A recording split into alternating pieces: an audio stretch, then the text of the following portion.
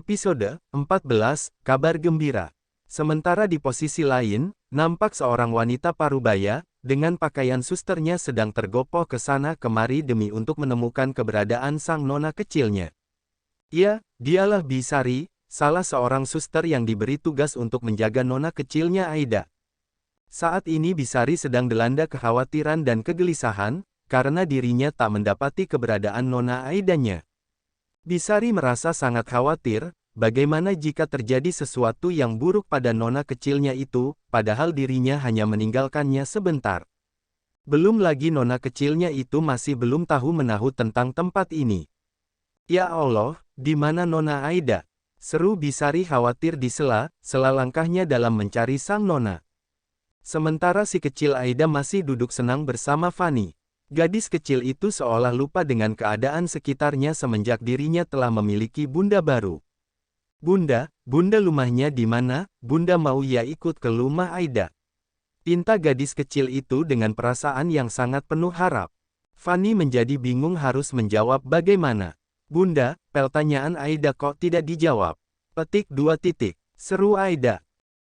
Rumah bunda tidak jauh kok sayang. Bunda tinggal di rumahnya Bu Dewi yang punya kafe kecil tapi jualannya yang sangat ramai itu. Sahut Fanny yang berusaha menjelaskan. Aida nampak diam. Gadis kecil itu masih tak begitu paham dengan penjelasan bundanya, namun, nama dari Bu Dewi begitu tak asing di telinga gadis kecil itu. Terus bagaimana, apa bunda mau ikut tinggal di rumah Aida? Petik 2 titik. Seru Aida lagi, rupanya gadis kecil ini masih ingat. Petik 2 titik. Nona Aida, seru suara seorang wanita yang tiba-tiba, sehingga membuat kalimat Fanny pun menjadi terputus. Bibi, sahut Aida senang. Ya Allah, Non, seru Bisari dengan perasaan terharunya, lalu wanita parubaya itu pun segera mendekat untuk meraih tubuh mungil nona kecilnya. Ya Allah, Non, Bibi dari tadi cari Nona Aida. Nona Aida kenapa menghilang sih Non? Kan tadi Bibi sudah katakan untuk jangan pergi kemana-mana. Sahut Bisari yang meluapkan segala rasa kekhawatirannya. Maaf ya Bi, tadi itu Aida lihat kupu yang terbang, kupu Aida kejar kupu itu. Terus kupunya hilang, jadi Aida tidak ingat tempat duduk Aida yang tadi nangis Bibi. Aida takut, sahut Aida yang menjelaskan kronologi bagaimana dirinya bisa tak berada di tempat semula. Kupunya indah sekali, ya Allah, kasihan sekali kamu Non. Seru Bisari tak tega.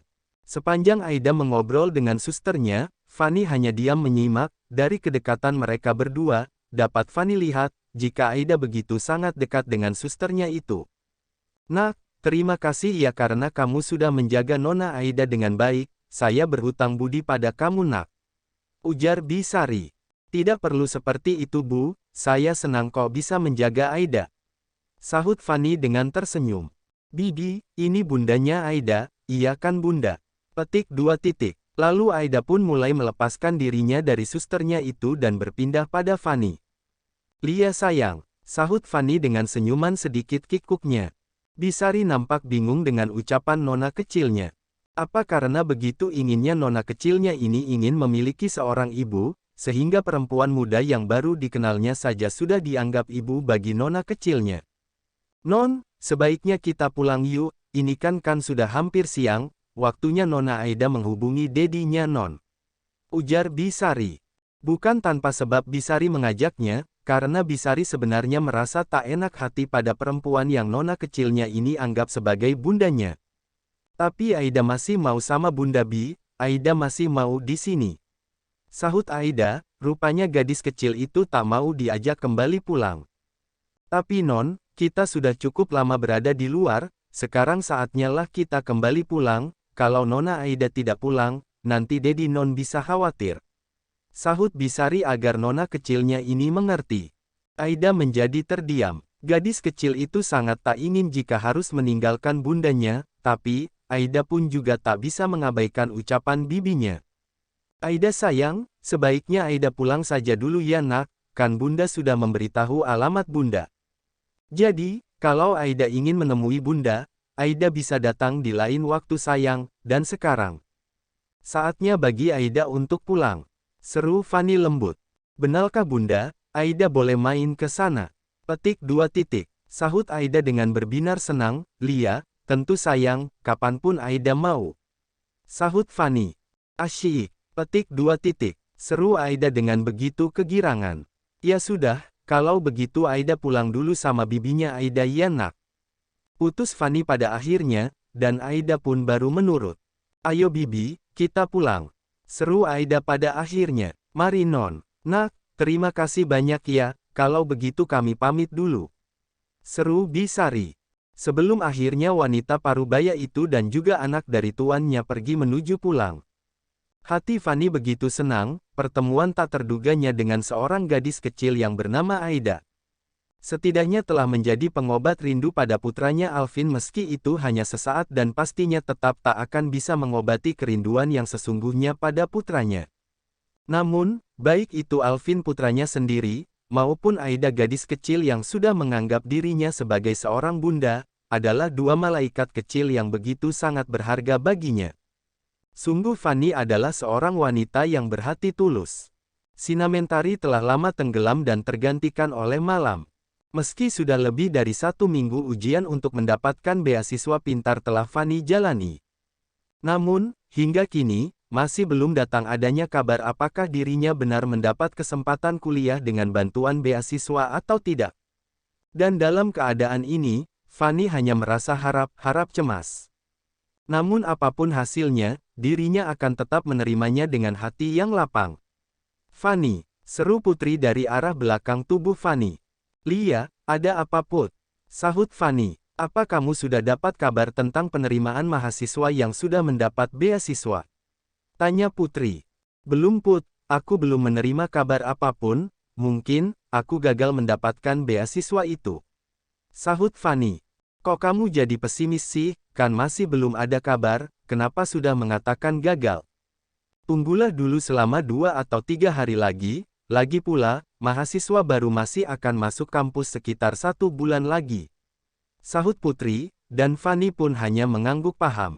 Merasa jika waktu sudah cukup malam, Fanny pun memilih untuk merebahkan tubuhnya lebih awal. Lah ingin agar besok subuh bisa bangun dengan kondisi tubuh yang lebih segar sehingga bisa memulai aktivitasnya dengan lebih semangat. Kamu sudah mau tidur Dir? Tanya Putri. Lia Put, aku ingin tidur lebih awal supaya badanku bisa lebih segar esok harinya. Sahut Fanny. Ya sudah, tidurlah.